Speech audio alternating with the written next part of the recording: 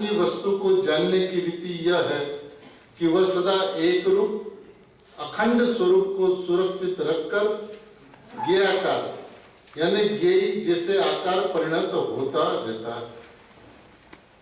क्या करता है? दर्पण के समान ज्ञान की वस्तु को जानने की रीति यह है कि वह सदा एक रूप अखंड स्वरूप को सुरक्षित रखकर खंडित नहीं होता। अनंत पदार्थ ज्ञान के अंदर में प्रतिबिंबित हो, प्रतिभाषित हो तो ये खंडित नहीं होता, सदा एक रूप रहता है। ज्ञान रूप रहता है, ज्ञान ज्ञेय रूप नहीं होता, एक रूप रहता है, अखंड स्वरूप को सुरक्षित रखता हुआ अपनी अखंडता बरकरार रखता है। अनंत पदार्थ को जानते हुए उसके अंदर में खंड नहीं होता, अनेक रूप नहीं होता। जाने अनेक को रहे एक रूप, जाने अनंत को रहे अखंड, इनका स्वभाव है। क्योंकि उसका कारण क्या है? क्यों एक रूप रहता है, क्यों अनंत रूप नहीं होता? क्यों जब अनंत के अनंत पदार्थ जो उसके अंदर में प्रतिबिंबित हुए, उसने अनंत पदार्थों से कुछ लिया ही नहीं।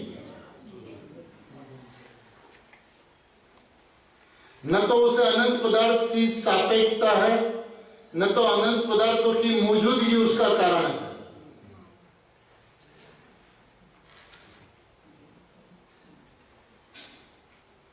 इसलिए एक रूप रहता हुआ अखंड स्वरूप को सुरक्षित रखकर ज्ञेयाकार, ज्ञेय जैसे आकार परिणत होता रहता है।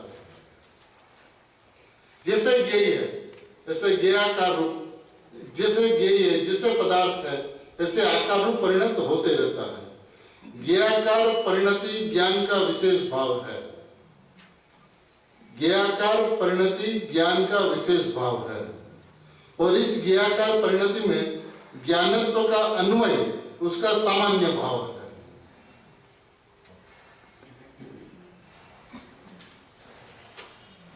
एक वाक्य के अंदर में पूरी ज्ञान की व्यवस्था, पूरी की पूरी ज्ञान की व्यवस्था अत्यंत स्पष्ट। ज्ञेयाकार परिणति ज्ञान का विशेष भाव है। जैसे ज्ञेय पदार्थ है ऐसा आकार ज्ञान में हुआ, ये इसका विशेष भाव है। और उस ज्ञेयाकार परिणति में जैसे ज्ञेय है उस आकार हुआ जो परिणाम का जो स्वरूप है उसमें ज्ञानत्व का अन्वय, ज्ञान स्वभाव का अन्वय, ज्ञान की एक रूपता, ज्ञान का एक रूपपना उसका सामान्य भाव है। ज्ञेयाकार उसके अंदर में होते हुए वो ज्ञेयाकार नहीं रहता। देखिए इसका स्पष्टीकरण के अंदर में भी ज्ञेयाकार के बाद में ब्रैकेट में ज्ञानाकार लिखा है।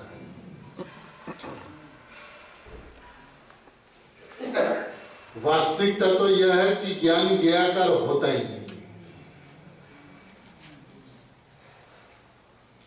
क्योंकि वो जो आकार बना वो ज्ञान की अपनी पर्याय है और अपनी पर्याय होने से अपनी पर्याय जितने भी पदार्थ के आकार है वो अपने से बना हुआ आकार है। उसने पर पदार्थ से कुछ लिया नहीं है, न पर पदार्थ का लक्ष्य किया है।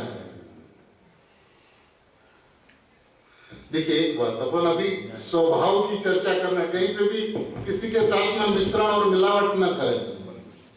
स्वभाव कैसा है, स्वभाव में होता क्या है, अब उस स्वभाव को माना तो क्या, नहीं माना तो क्या, वो दूसरा विषय।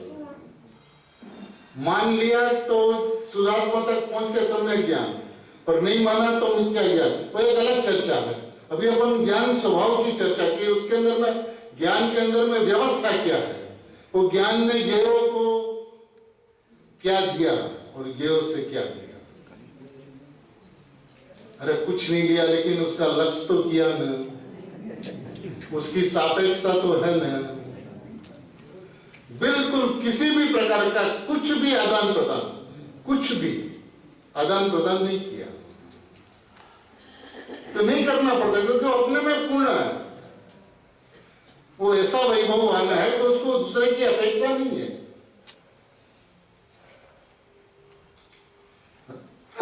ज्ञानाकार परिणति ज्ञान का विशेष भाव।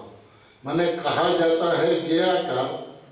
अब ज्ञेयों से उसने कुछ भी नहीं लिया, कोई भी सापेक्षता नहीं की, कोई भी अपेक्षा नहीं रखी, कोई भी लक्ष्य नहीं किया, तो जो परिणाम जो हुआ है वो सही में तो ज्ञान का ही आकार है, ज्ञान का ही परिणमन है, ज्ञान की ही व्यवस्था है। ज्ञान अपने खुद उस आकार रूप परिणमा है। तो उसका मतलब क्या है कि दर्पण के समान था ना, तो दर्पण के सामने दीपक है, दर्पण के सामने अग्नि है, तो क्या है दर्पण के अंदर? उस अग्नि से क्या है? इस अग्नि की सापेक्षता दर्पण को नहीं है। अग्नि है, अग्नि उष्ण है तो दर्पण उष्ण नहीं होता, अग्नि उसमें प्रवेश नहीं करती, दर्पण जलता नहीं, एक रूप रहता है। तब दर्पण के अंदर में जो अग्नि है, उस अग्नि ने ये बाहर की अग्नि से क्या लिया?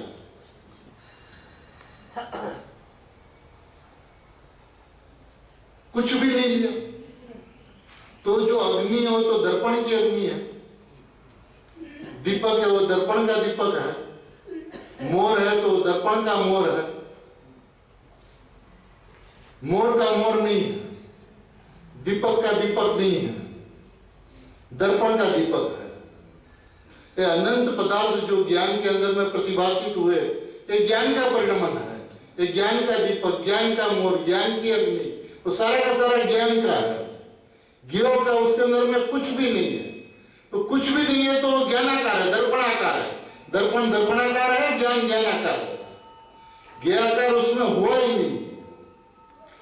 बाहर में क्या था उसको समझाने के लिए ज्ञेयाकार कहा गया, लेकिन ज्ञेयाकार होता नहीं है। छठवीं गाथा के दूसरे पैराग्राफ के अंदर में आचार्य भगवान ने भी ये बात को स्पष्ट की कि अब लकड़ी के आकार रूप अग्नि हुई तो उसको बोल दिया कि वो जलाने वाली। वो साकार रूप तो हुई, लेकिन हुई अपने से, लकड़ी के कारण हुई क्या? और ज्ञान जैसा यही है, ऐसा आकार से हुआ तो कह दिया ऊपर का जानने वाला है, परनो जानना है। अग्नि को कह दिया कबाड़ना है, ज्ञान को कह दिया जानना है। अब अग्नि न तो जलाने वाली है, न ज्ञान पर को जानने वाला है। क्या कहा बाबू, ये मोटा मिथ्या तो है। ये बात सारी चुभने वाली है। जीव को अंदर से एक बार हिला दे पूरा का पूरा, तो भैया तू मान क्या रखा है, व्यवस्था क्या है, तूने मान क्या रखा है। और फिर सारी समझदारी की खिचड़ी पका के फिर निश्चय की बात करता तो पल्ले नहीं पड़ती। जो जानने की बात होती है ना, उसको जानने की जगह पे छोड़ देनी चाहिए। जो इंफॉर्मेशन होता है वो इंफॉर्मेशन को अपन लेके चलते हैं। एयरपोर्ट पे बैठे हैं, आजकल 2 घंटा पहले पहुंच जाओ, इंटरनेशनल में 3 घंटा पहले पहुंच जाओ।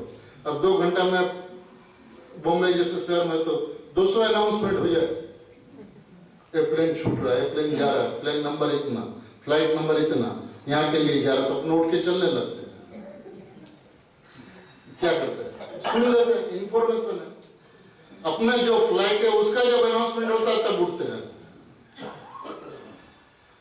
जिनवाणी के अंदर में भी काफी सारी बातें हैं। अब सब बात अपने को लागू नहीं पड़ती, लेकिन सारी की सारी बात अपन अध्यात्म के क्षेत्र के अंदर में सब बात अपने पर लागू करते हैं। लेकिन इधर में तो ऐसा कहा नहीं, इधर में तो ऐसा कहा नहीं, यहाँ पे तो ऐसा कहा नहीं, लेकिन किसको कहा? अब पर का करता नहीं तो बोल दिया कि पर को जानने वाला है, करता नहीं है, इसको सिद्ध करने के लिए जानने की बात कही तो उसने मान लिया कि ऊपर का जानने वाला, तो मोटा मिथ्या कोई हो और क्या हो। आपने ज्ञान की व्यवस्था को नहीं जाना कि ज्ञान की व्यवस्था क्या है। ज्ञान सही में ज्ञानाकार होता है ना, अपने परिणाम में स्वयं अपने वैभव से वो ज्ञानाकार रूप ही रहता है अपने आकार रूप, अपने ज्ञान के व्यवसाय रूप, ज्ञान के परिणामन रूप ही रहता है।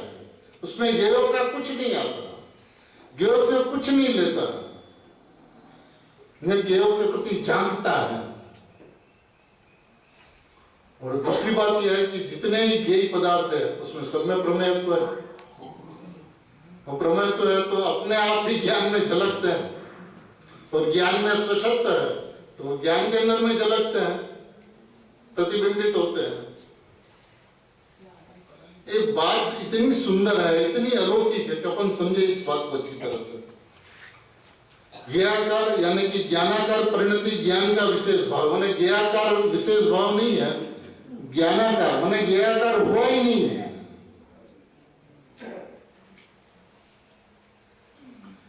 ज्ञेय की सापेक्षता में ज्ञाकार कहा गया, लेकिन वो ज्ञानाकार परिणति ज्ञान का विशेष भाव है।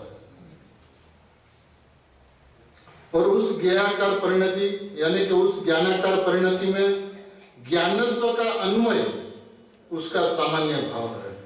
कैसे? जैसे दर्पण अपने स्वच्छ स्वभाव से वस्तुओं को अपने में प्रतिबिंबित करता है, अपने स्वच्छ स्वभाव से वस्तुओं को अपने में प्रतिबिंबित करता है। समय तो काफी हो गया।